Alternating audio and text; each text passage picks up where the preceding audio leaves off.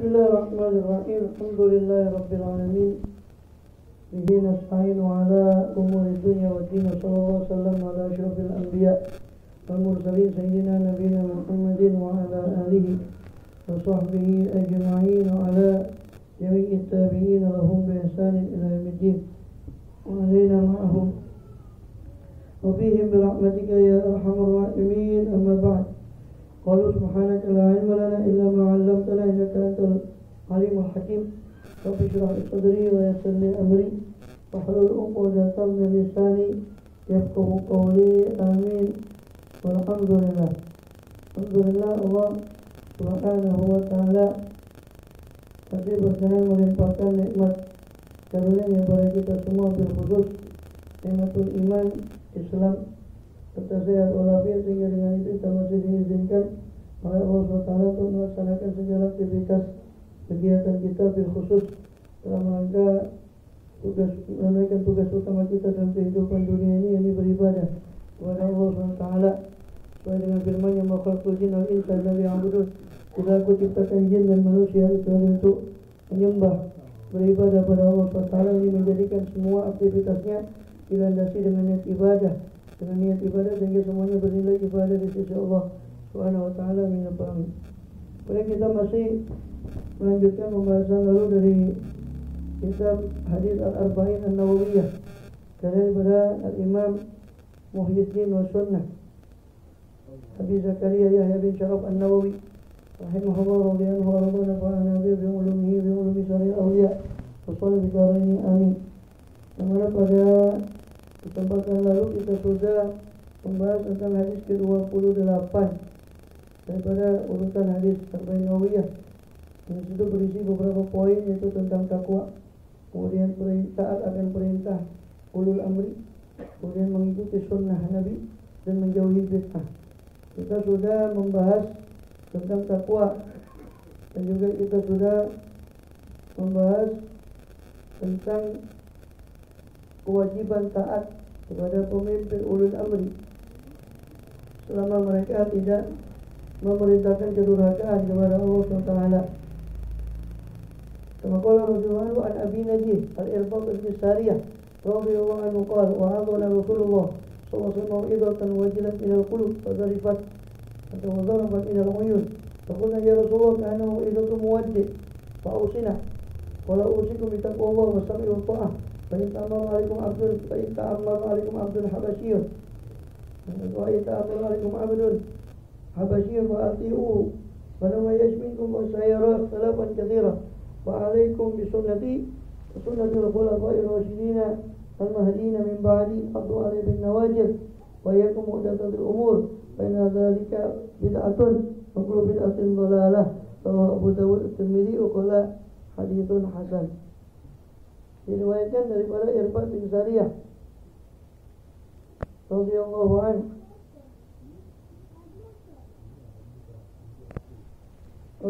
anhu qala wa adana Rasulullah SAW.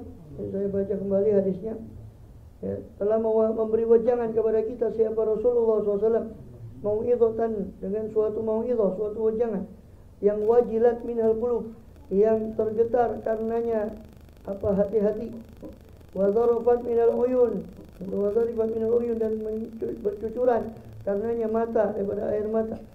Faqulna ya Rasulullah, maka kami katakan pada beliau, ya Rasulullah, ka'anna mau'izatu muwaddi, seolah-olah mau'izahmu ini, wejanganmu ini adalah wejangan orang yang akan berpamitan, wejangan orang yang mengucapkan selamat tinggal. Fa'ausina, maka berilah kami wasiat. Qala usikum bi taqwallah, maka beliau memberi wasiat dengan wasiat yang paling utama, yaitu takwa kepada Allah Ta'ala. Wa sam'i wa ta'ah, dan juga untuk mendengar dan selalu taat kepada para pemimpin ulil amri, baik umara maupun ulama. Wa in ta'ammaru alaikum abdun, ini selama mereka tidak memerintahkan pada kemaksiatan. Kita sudah sampaikan kemarin, ati Allah wa tidak menati Allah wa Rasul wa ati Rasul wa ulil amri minkum. Wahai orang beriman, ati Allah, taatilah Allah, wa ati Rasul, taatilah Rasul, wa ulil amri, dan ulul amri, orang-orang yang menguasai perkara, memiliki perkara, yakni ulama dan umara. Ulama atau umara, karena zaman Khulafaur Rasyidin Itu ulama umaranya jadi satu. Abu Bakar, Sayyidina Abu Bakar, Sayyidina Umar, Sayyidina Utsman, Sayyidina Ali. Mereka ya ulama, ya umara. Ya, ulama ya umara. Tapi setelah ulama Rasyidin juga Sayyidina Hasan melanjut 6 bulan bisa daripada kekhalifahan, lanjut dengan Sayyidina Hasan. Setelah itu tidak ada sendiri-sendiri. Ulama umaranya sendiri, ulama umara sendiri. Maka taat kepada ulama dan umara, taat kepada ulil amri itu tidak mutlak. Kenapa? Karena di ayat itu disebutkan ati Allah wa atiur Rasul. Kalimat ati itu cuma diulang pada Allah dan Rasul. Artinya ketaatan mutlak hanya kepada Allah dan Rasul SAW. Hanya kepada Al-Quran dan beliau, perintah-perintah, dawuh-dawuh beliau SAW. Wa ulil amri itu cuma diatafkan saja. Tidak ada wa atiu ulil amri, tidak ada. Ini melambangkan bahwa ketaatan pada ulil amri tidak mutlak. Jadi selama mereka taat pada Allah dan Rasul dan selama tidak memerintahkan pada sesuatu yang bertentangan dengan Allah dan Rasul SAW. Ketika dia memerintahkan kepada Allah dan Rasul bertentangan dengan itu, maka ya akhirnya habis. Ya, tidak boleh, tidak wajib taat. Ketaatan pada mereka gugur karena mereka bertentangan memerintahkan sesuatu yang bertentangan atau maksiat. Ini bertentangan dengan perintah Allah atau perintah Rasul. Maka wa in ta'ammaru 'alaikum abdun. Dalam riwayat yang lain di Bukhari, abdun habasyiyun. Ini riwayat Tirmizi, Nabi Dawud. Alaikum bisam'i wa ta'ah wa in ta'ammaru 'alaikum abdun habasyiyun dalam riwayat Bukhari. Meskipun ta'ammaru 'alaikum, meskipun diangkat menjadi pemimpin amir atas kalian seorang abdun, seorang hamba sahaya. Ini saking apa? Saking wajibnya taat kepada ulil amri sampai diberikan batasan oleh Rasul sampai seandainya saja itu jatuh kepada kalian pemimpin berupa seorang hamba saya, tetap kalian wajib taat. Bahkan dalam riwayat Bukhari, dalam yang lain, riwayat yang lain ditambahkan apa? Wa in tamarakum abdun habasyiyun, ya, apa? Alaihi zabibatun. Karena apa dikatakan meskipun rambutnya itu seperti anggur yang berintik, seperti budak dari Afrika yang rambutnya itu seperti anggur, seperti kismis, merengkel. Itu dalam riwayat yang lain begitu.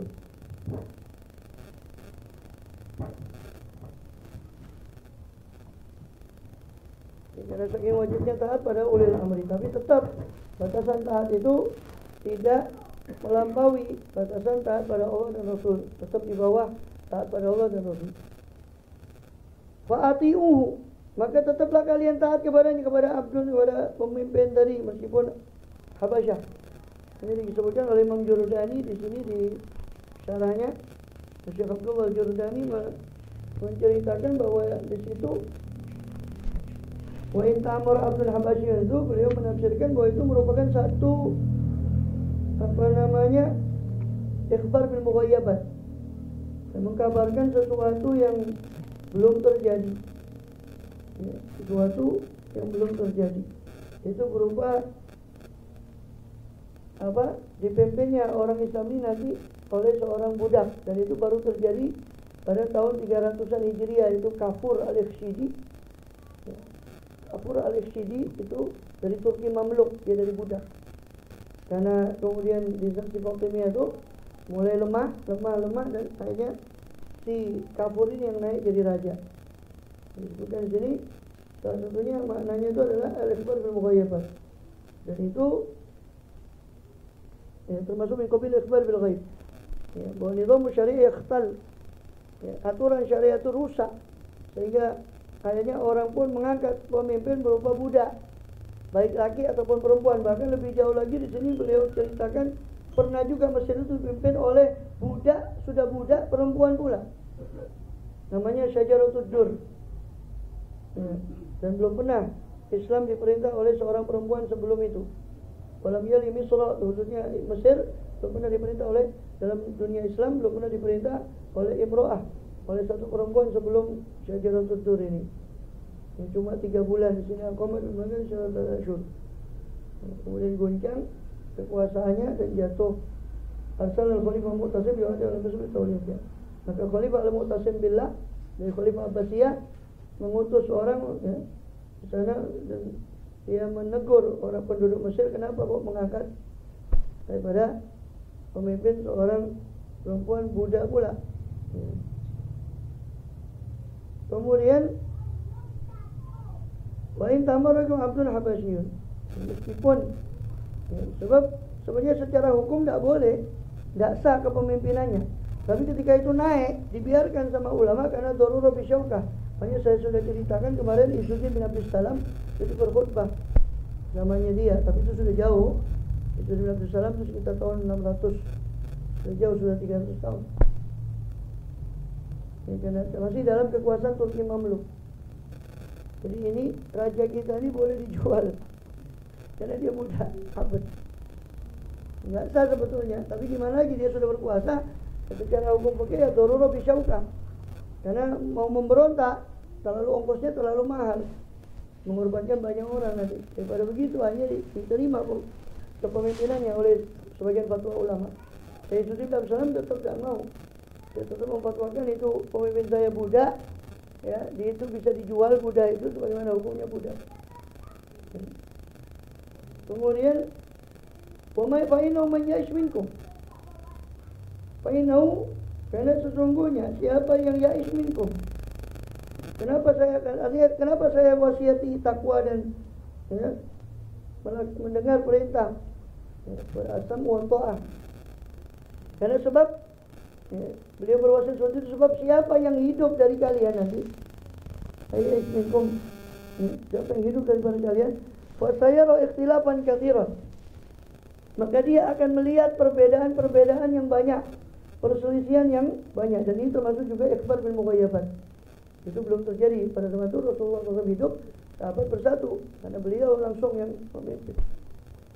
Dan beliau menerawang dengan wahyu dari Allah bahwa nanti akan terjadi, siapa yang hidup di antara kalian, kata beliau kepada sahabatnya, nanti akan melihat ikhtilaf, perselisihan yang banyak sekali. Kemudian dari situ beliau mengumumkan, beliau menyampaikan secara umum bahwa itu akan terjadi.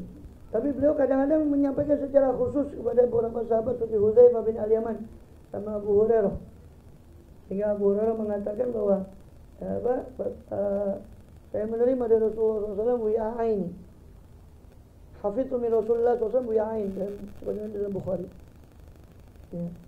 Dikatakan saya menghafal dari Rasulullah 2 wadah. Satu wadah basatu alaikum, wi'aan basatu alaikum. Satu wadah saya sebarkan kepada kalian, saya beritahukan. Tapi satu wadah lagi seandainya saya buka, lakutia hadzal bulum, leher saya ini akan dipotong. Ada 2 penafsiran di situ. Paling tidak ini maksud leher dipotong. Kenapa kok dikatakan begitu? Yang dimaksud menurut penafsiran pertama, itu yang dimaksud adalah ilmu tentang ikhtilaf tadi. Kalau langsung disebutkan orangnya fulan pemimpin, oh bakal diancam nyawanya dia. Tapi dia menyampaikan bukan hawa nafsu, langsung dari Rasul SAW. Seandainya saya mau, saya sebutkan fulan bin fulan. Kata, hancurnya Islam ini di tangan Uwailimah min Quraisy. Di antaranya di Bukhari itu ada. Seandainya saya mau, saya akan sebutkan fulan bin fulan. Beliau tidak mau sebutkan. Itu sebagian penafsiran. Jadi ilmu tentang akhirul zaman yang diberi keterangan oleh Rasulullah SAW kepada beberapa sahabat, masuk Hudzaifah bin Al-Yaman, masuk Abu Hurairah radhiyallahu anhu ajmain. Menurut penafsiran kedua, yang dimaksud seandainya saya buka ini adalah ilmu tentang hakikat. Yang kalau orang awam itu mendengar itu enggak nyandak, sehingga menganggap Abu Hurairah itu mengatakan kalimat kekafiran, padahal itu adalah hakikat dari segala. Seperti di hukumnya al-halaj, itu dihukum bunuh dengan mengatakan anal haq, saya adalah al-haq, seolah-olah dipahami oleh orang itu bahwa dia mengaku Tuhan padahal bukan. Al-halaj itu ya, karena orang-orang seperti itu tuh syatoh, ada istilah dalam tasawuf mengeluarkan kalimat-kalimat yang ketika diistighraq, ketika dia tenggelam dalam Allah itu la masyhud la maujuda illallah, itu sudah tidak ada lagi yang ada kecuali Allah. Bahkan dia tidak merasa dirinya sendiri, dia tidak merasa keberadaan diri sendiri, sehingga mengatakan anal haq. Jadi dia mengatakan anal haq karena dia merasa bahwa Maksudnya itu bukan dia yang mengatakan anak itu kepada Allah, sehingga dia tidak merasakan dirinya sama sekali. Orang menganggapnya dia mengatakan dirinya al-haq, kalau mengaku Tuhan, ini dihukum bunuh pada zaman. Nah, itu ada yang menafsirkan bahwa ilmu yang dimaksud, kata Abu Hurairah, seandainya saya buka yang kedua wadah itu, lakuti hadal bulum, maka leher saya ini akan dipotong. Itu seperti ilmu-ilmu hakikat, seperti yang bahaya kalau dibuka kepada orang awam. Bahkan disangkalah, nanti akan disangka Abu Hurairah itu mengajarkan satu kekafiran. Begitu Sayyidina Imam Ali Zainal Abidin begitu pula mengatakan hampir mirip dengan Abu Hurairah. Kalian akan menuduh saya kafir, kalian menuduh saya kalau saya buka ilmu itu saya akan, karena bukan apa, bukan salah ilmunya, tapi pemahaman orang awam yang tidak nutut kepada hakikat yang dipahami oleh para aulia wa sholihin. Kemudian fasayara ikhtilafan katsiran. Kalian akan melihat perbedaan yang banyak, perselisihan yang banyak. Dan yang lain ikhtilafan syadidan. Ini berupa munculnya fitnah. Fitnah itu kerusakan. Khususnya kerusakan dalam agama, kerusakan moral, kerusakan din, etikot, munculnya Mu'tazilah setelah sepeninggal Rasulullah SAW dengan salah satu Wasil bin Atha, ini muridnya Hasan Basri. Itu Mu'tazil. Mu'tazil sehingga disebut Mu'tazilah karena dia menyendiri dari halakohnya. Maka disebut dia Mu'tazilah. Munculnya macam-macam fitnah Qadariyah, macam-macam fitnah dalam agama, bid'ah dalam masalah akidah. Itu termasuk mukjizat dari Rasul sallallahu alaihi wasallam. Kemudian maka apa dikatakan solusinya? Fa'alaikum bisunnati. Hendaknya kalian memegangi sunnahku. Sunnah ini secara bahasa artinya thariqah, jalan. Sunnah itu artinya jalan, thariqah. Sirati al-qawimah, yang dimaksudnya adalah sirahku, perilakuku yang lurus, yang mana anak alaiha, yang mana saya berada di atasnya, juga wasabi, berupa hukum-hukum etikot amaliyah. Bahkan Al-Habib Abu Bakar Adani di sini menafsirkan yang dimaksud adalah sunnatul mawaqif. Sunnatul mawaqif. Sunnah bagaimana cara mengambil sikap. Dan itu baru bisa kita pelajari dengan sirah. Makanya orang belajar fikih, sama belajar cuma ilmu fikih saja, walaupun ditambah akidah, itu tetap masih kurang sempurna. Karena fikih itu hanya menjelaskan hukum formal, hukum secara formal, halal, haram dan sebagainya. Bagaimana Rasul mengeterapkan fikih itu dalam kehidupan, itu bisa kita baca dalam sirahnya Syekh Dr. Ramadan Al-Buti rahimahullah. Itu menyusun kitab namanya Fiqhus Sirah. Nah, di situ beliau menganalisa bagaimana gimana Rasulullah SAW. Islam kan agama benar. Kenapa Rasul tidak ngotot waktu perjanjian Hudaybiyah? Nah, itu sunnatul mawaqif. Bagaimana Rasul seolah-olah mengalah, dan sampai Sayyidina Umar protes. Panjang ceritanya di Bukhari ketika menceritakan perjanjian Hudaybiyah. Umar protes. Justru bukankah kita alal haq, mereka alal batil, betul?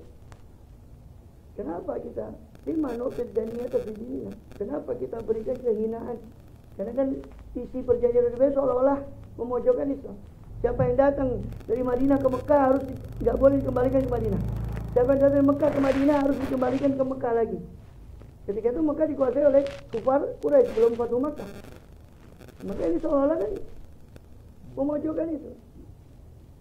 Tapi di situ sunnatul mawaqif, bagaimana sikap Rasulullah sallallahu alaihi wasallam. Kita bisa ambil sunnatul mawaqif itu dari hadis. Termasuk sunnatul mawaqif itulah yang ditangkap oleh Sayyidina Hasan, alaikum bisunnati. Mungkin inilah hadis ini yang juga ditangkap oleh Sayyidina Hasan. Kenapa Sayyidina Hasan Ibn Ali Ibn Abi Thalib radhiyallahu anhu itu mundur ketika setelah 6 bulan dibaiat dia setelah Imam Ali wafat ditikam, prosesnya beberapa hari baru kemudian beliau wafat. Beliau membaiat Sayyidina Hasan, menyuruh orang-orang membaiat orang-orang pun beliau memberi syarat untuk membaiat Sayyidina Hasan. Ini dibaiat Sayyidina Hasan sebagai ganti beliau Imam Ali. Cuma 6 bulan toh. Karena di situ 30 tahun, 29 tahun, 6 bulan. Dengan wafatnya Sayyidina Ali. Kurang 6 bulan lagi. Yang mana Rasul mengatakan, Al-Khalifat Al-Khulafa Uba'di Salasuna sana. Khalifah setelahku 30 tahun. Summa yakunu ba'da zalika mulkun. Ya. Summa yakunu ba'da zalika mulkan adudon. Atau mulkan adudon. Kemudian akan terjadi setelah itu kerajaan yang menggigit. Summa mulkan jabarian. Kemudian kerajaan yang memaksa. Semena-mena. Ya, dan seterusnya sampai Al-Mahdi. Summa khilafah ala minhajin nubuwah. Bagaimana riwayat Imam Ahmad bin Hanbal dan sebagainya dalam musnadnya. Nah, di situ disebutkan sunnatul mawaqif. Mungkin ini salah satu contoh sunnatul mawaqif. Ya. Ini sunnatul mawaqif ini ditangkap oleh seperti Abu Bakar Adani dalam banyak karyanya. Abu Bakar Adani al-Masyhur dalam banyak karyanya tentang fikih akhir zaman, tentang fikih tahawulan. Itu tentang sunnatul mawaqif. Dan Hasan tahu bahwa setelah 6 bulan ini Rasul bilang khalifah sudah berakhir, akan beralih menjadi mulkan adon, kerajaan yang menggigit. Menggigit dalam arti ya kita ayatnya ada yang menafsirkan menggigit dalam arti hanya berkutat kekuasaan itu pada daulah-daulah Abbasiyah, daulah Umayyah. Hanya berkutat pada keluarganya, itu dikatakan mulkan adon. Dan itu baru berakhir setelah daulah Utsmaniyah tumbang 1924. Nah, sekarang kita masuk ke mulkan Jabariyah. Zaman mulkan Jabariyah. Pemimpin yang semena-mena, zalim. Mulkan Jabariyah. Setelah itu baru nanti kembali kepada khilafah ala minhajin nubuwah, Al-Mahdi. Kemudian Rasulullah sakat. Kemudian Rasulullah diam. Kemudian sudah berakhir masa. Jadi dari situ Sayyidina Hasan mengambil, dia sudah tahu 6 bulan ini setelah itu beralih mulkan, dia tidak ingin menjadi bagian daripada mulkan Abdul, maka dia mundur. Bukan seperti yang diisukan oleh sebagian orang, Sayyidina Hasan itu pengecut, dia mundur. Yusuf kata Sayyidina Hasan, saya ini setelah mundur di Sayyidina Hasan ya muzillal mukminin, katanya orang. Ada yang menghina Sayyidina Hasan, orang yang menghinakan orang mukmin.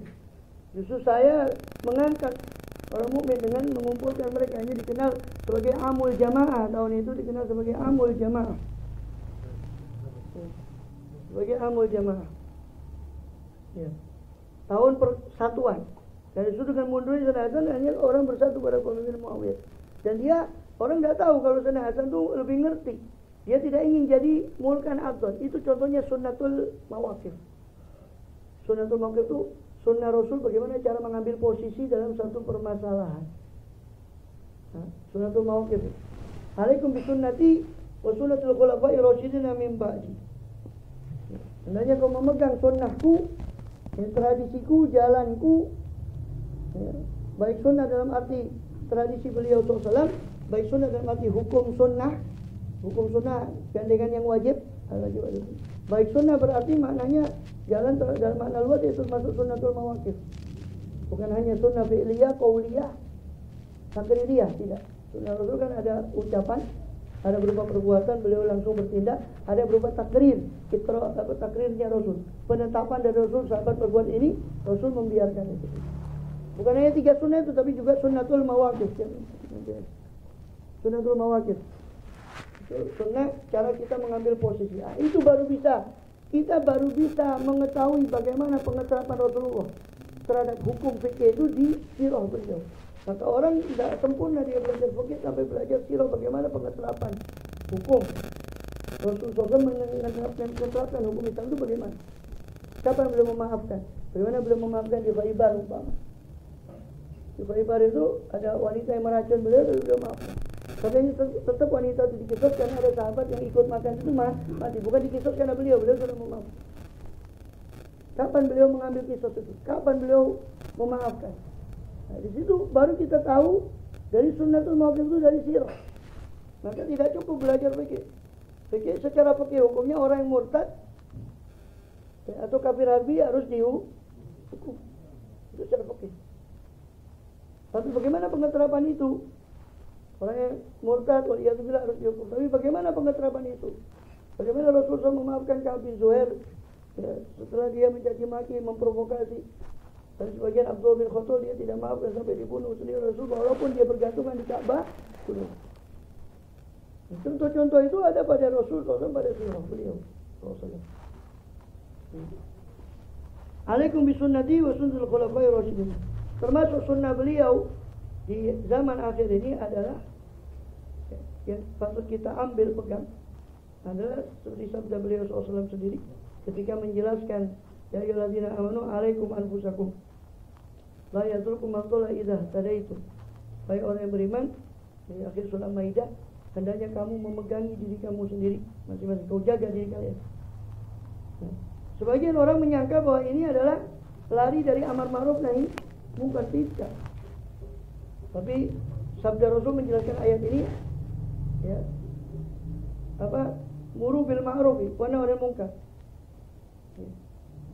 Perintah oleh kalian kema'rufan, orang berma'ruf, dan cegahlah orang daripada kemungkaran. Hatta idza ra'aitum syuhan mutu'an, hingga apabila kalian melihat syuhan mutu'an, sifat bakhil yang ditaati,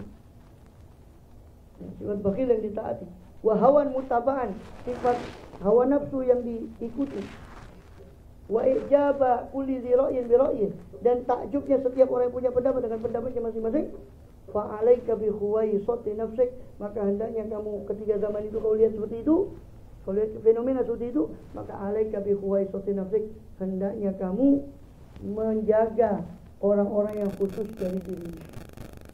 Itu bahasanya Habib Bakar Adani al-masyhur, selamatkan orang yang bisa kau selamatkan. Tidak usah kau ribut urusan orang awam. Saya kata urusan itu fikih, salah satu contoh suratul Maghfur yang kita bisa ambil ketika menghadapi fitnah. Kita nggak usah ngoyo sama ini. Ya bukan berarti kita lari dari amar ma'ruf nahi munkar. Nah, dari situ kemudian Rasul membacakan ayat ya ayyuhallazina alaikum anfusakum. Jadi alaikum anfusakum itu diterapkan setelah amar ma'ruf nahi munkar. Dia lihat kejadian yang 3 tadi, orang mengikuti sifat bakhil, sifat yang diikuti, hawa nafsu mereka yang diikuti, dan tidak angel tuturani karena mengikuti hawa nafsunya masing-masing. Takjubnya setiap orang dengan dirinya, pikirannya sendiri, dengan pendapatnya. Ketika kau melihat itu sudah tidak mempan amar ma'ruf nahi munkar karena 3 sifat itu, maka barulah alaika bi, hendaknya kau pegang diri. Dan zaman ini zamannya. Kita tidak bisa terlalu waja'an ka amrul amma, bahkan lebih yang lain, ja'an ka amrul amma, tinggalkan darimu urusan orang secara umum. Ya bukan berarti ayo tetap, tapi enggak usah ngoyo terlalu untuk merangkul orang terlalu besar, terlalu banyak dalam urusan atau urusan orang banyak. Karena akan sulit, karena saking besarnya fitnah itu, kamu mau ngerangkul urusan orang banyak itu, maka alaika bi, selamatkan orang yang bisa kau selamatkan. Dan sampai nanti ya, banyak sunnah Rasul dalam menghadapi akhir zaman ini banyak. Sekali di antaranya itu nanti akan jelas kalau kita belajar tentang fikih tahawulat, fikih transformasi, tentang fikih akhir zaman atau ilmu akhir zaman. Sunnah wal Jamaah yang mengembangkan itu banyak, yaitu Habib Bakar Adani masyhur dalam tulisan-tulisannya. Itu termasuk tentang sunnah akhir zaman itu ketika itu tadi dikatakan nanti akan datang saat di zaman ummati, akan datang zaman pada umatku yaksuru fil harj, akan banyak di situ pembunuhan. La yadri al-qatil limadza yaqtul wala al-maqtul limadza yuqtal. Sehingga zaman itu orang yang membunuh tidak tahu kenapa dia harus membunuh, dan yang terbunuh pun tidak tahu karena sebab dosa apa dia terbunuh. Itu sama. Maka ketika itu, fakun fakora ibni Adam, jadilah kamu seperti 2 anak Adam yang terbaik di antara 2 anak Adam. Qabil dan Habil menjadi seperti Habil. Jangan pukulkanlah kau punya pedang itu kepada batu. Jangan kau, daripada kau hantamkan pada saudaranamu kau putus. Itu kondisi akhir zaman. Yang fikihnya sudah berbeda dengan fikih pada zaman. Bukan fikihnya berbeda, tapi cara menyikapinya sudah berbeda. Kita berada di zaman seperti itu. Ya. Ini diantaranya. Saya sebenarnya ingin masuk ke betanya nyerempet ke fikih akhir zaman ini karena masalah ikhtilaf itu tadi, perbedaan umat itu. Siapa yang hidup di antara kalian akan melihat perbedaan yang banyak. Nah, kalau sudah begitu, alaikum bisunnati wa sunnatil khulafa'ir rasyidin, dan hendaknya kamu memegangi jalannya para khalifah ar-rasyidin. Ya, rasyid itu di sini kata man arafal haq fattabah. Rasyid itu orang yang mengerti kebenaran dan mengikutinya. Itu rasyid. Rasyid al-mahdiyin yang mendapat petunjuk. Yang dimaksud adalah Sayyidina Abu Bakar, Umar, Utsman, Ali radhiyallahu anhum. Ya, ajma'in itu tentang khulafaur rasyidin. Sebenarnya khulafaur rasyidin banyak, termasuk khalifah-khalifah setelahnya secara umum. Seperti Sayyidina Umar dan Abdul Aziz, khalifah-khalifah adil setelah zaman 4 itu pun itu masuk dalam khulafaur rasyidin secara umum. Jadi secara khusus orang sudah bersepakat itu tempat khalifah itu ya, ditambah dilengkapi dengan zaman Sayyidina Hasan. Tapi Sayyidina Hasan jangan disebut karena memang dia cuma melengkapi 6 bulan daripada kepemimpinan Sayyidina Ali itu. Jadi al-khilafah ba'di salasuna sanah, tsumma tasiru mulkan adudan. Kemudian menjadi kerajaan yang menggigit. Ya. Pertama wilayatil Hasan, itu sempurna dengan kepemimpinan Sayyidina Hasan. Maka Sayyidina Hasan mundur itu karena dia memandang sunnatul mawaqif dari Rasulullah. Rasulullah menyebut 30 tahun, beliau pun dengar. Kalau gitu sekarang kita bersikap, bagaimana saya bersikap? Saya harus mundur. Begini Sayyidina Utsman bin Affan. Beliau kenapa tidak melawan keluar? Beliau malah memilih ibadah di dalam rumahnya. Karena beliau juga pernah dengar dari Rasulullah. Ya Utsman, kamu nanti akan terbunuh. Dan pada saat itu maka puasalah kau, dan kau akan berbuka di sisi saya, kata Rasulullah. Dan pada zaman itu, pada hari itu, beliau dalam keadaan puasa membaca mushaf,